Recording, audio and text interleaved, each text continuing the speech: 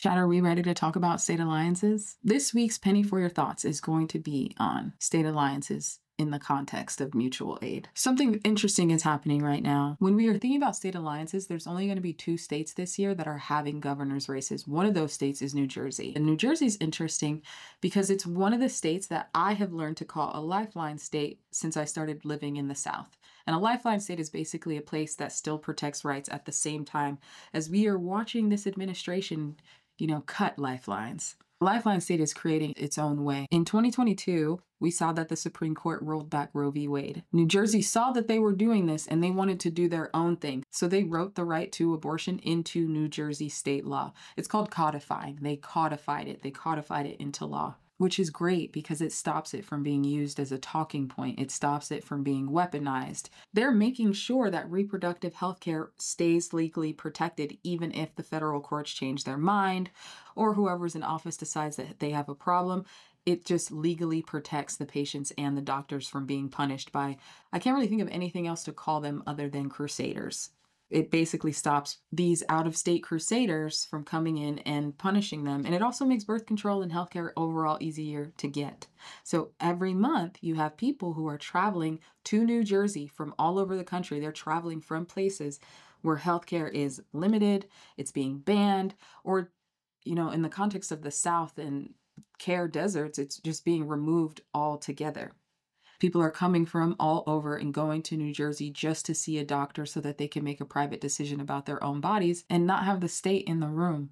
So ideally, that's exactly what a lifeline would look like. It'd be a place that stands on business and refuses to let people drown just because their home state gave up on them or decided to take money from corporate donors or decided to put business interests above their constituents. It blocks against being taken over by ideologically driven loyalists. That is what we are seeing right now. You're seeing loyalists in every level of government who are driven by ideology. It may not be the same ideology. They're motivated by different things, but they're lined up with being loyalists. I'm going to talk about state alliances in a video that I'm working on right now and how it fits into kind of the grand scheme of what is actually happening in this country and what people need to be paying attention to, because I firmly believe that it is going to be state and intercommunal alliances and alliances outside of the country that it should be a priority that I don't think enough people are clocking. Creating those alliances in other states and outside of the countries might be one of the better pathways of resistance against the class warfare that is currently happening.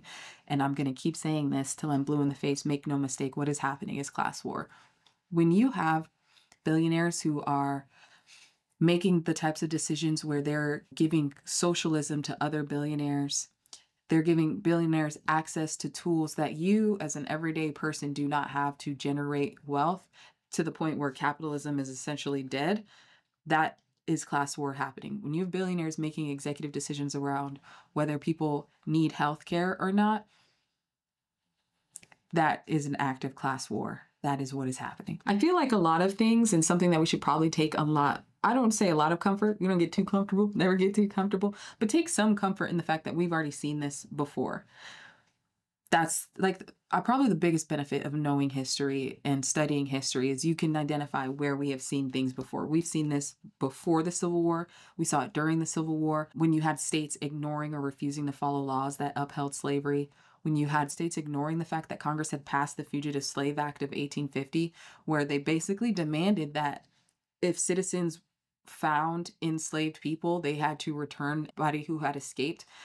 States ignored that. States like Massachusetts, states like Vermont, states like New Jersey, they all passed their own personal liberty laws just to resist against Congress. They didn't fall in line. We should find solace. We should find solace in the fact that this has happened before, that there have been states that refuse to comply, that created networks of mutual aid. When you have citizens hiding families in basements, when you have lawyers defending runaways in court, when you have communities that are funding secret routes north, that was interstate solidarity before we really had the words and the language and the vocabulary for it. Our modern version of this, it's more so doctors and clinics and volunteers and creators and state laws. History just repeats itself, okay? It repeats itself, but it also updates. It just finds new tools. It just finds new avenues. So when we talk about the civic reality and why this race in New Jersey matters is because on November 4th, New Jersey is going to elect a new governor. This used to matter only mainly because the governor decides what gets funded, which laws get enforced. But now it's also a matter of whether reproductive health care stays available. It's a matter of what the loyalists and what their dear leaders want to prioritize, what they want to fund, what they want to pay attention to. Everything else is collateral damage. That's how fragile the Lifeline states are, which is essentially like the real trickle-down economics if you think about it.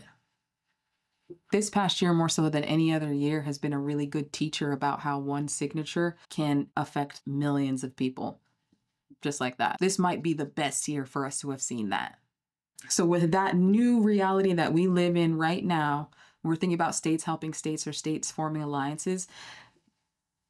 Part of understanding that context is accepting that the new reality is that the federal government is not saving anyone right now. They're not saving anyone. Okay. Before it used to be isolated to, certain groups, but now they're not helping anybody except Argentina and billionaire bank accounts. But the people from Texas and Ohio and the South who can't get safe care at home still have to go to New Jersey. In my opinion, the era that we're in right now is going to require much more interstate mutual aid. Where you have progressive states that will have to lean more into forming alliances, into funding travel funds, into sharing resources, passing shield laws so that doctors and patients can't be extradited for doing what's legal in their own state, what they went to school for, what they took an oath for. Part of being a tragic optimist is understanding reality as it is, not as we want it to be, or seeing reality as it is. And part of that reality is understanding that America has fundamentally shifted. The America that you knew is no longer the America that we live in. But, this is how America rebuilds itself or builds into something new and different. It's not going to be coming from the top up. And the sooner that we realize that, the better. We know this because we can look around and we can see that the people at the tippy top don't want that to happen. They do not want there to be any bottom-up alliances whatsoever. And we know that because it hasn't happened.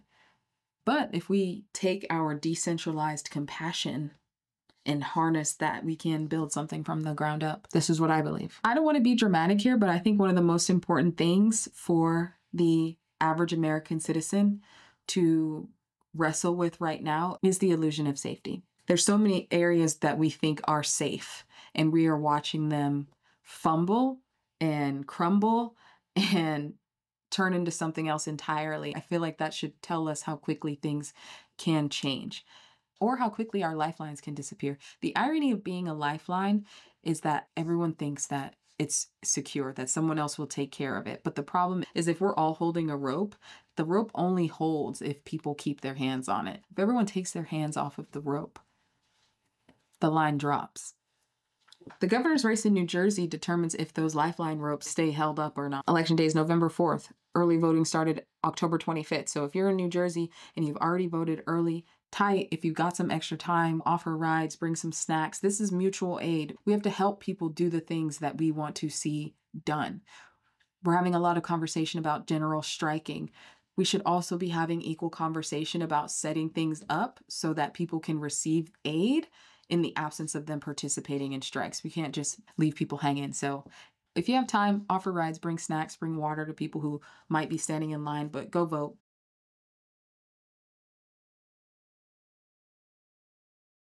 Now, many of our Christians have what I call the goo-goo syndrome. Good government. They want everybody to vote. I don't want everybody to vote. Elections are not won by a majority of people. They never have been from the beginning of our country, and they are not now. As a matter of fact, our leverage in the elections, quite candidly, goes up as the voting populace goes down. Right now is 100% the time to do anything and everything to slow down loyalists, to slow them down from fully monopolizing power, to slow them down from cutting any and all safety nets for American citizens while sending it to other countries. Anything you can do to slow it down collectively, on a collective level. When we're thinking about the illusion of safety, I feel like a lot of people have spent the last year realizing that comfort is not the same as safety. You might be comfortable in this little window of time, but you are in no way safe.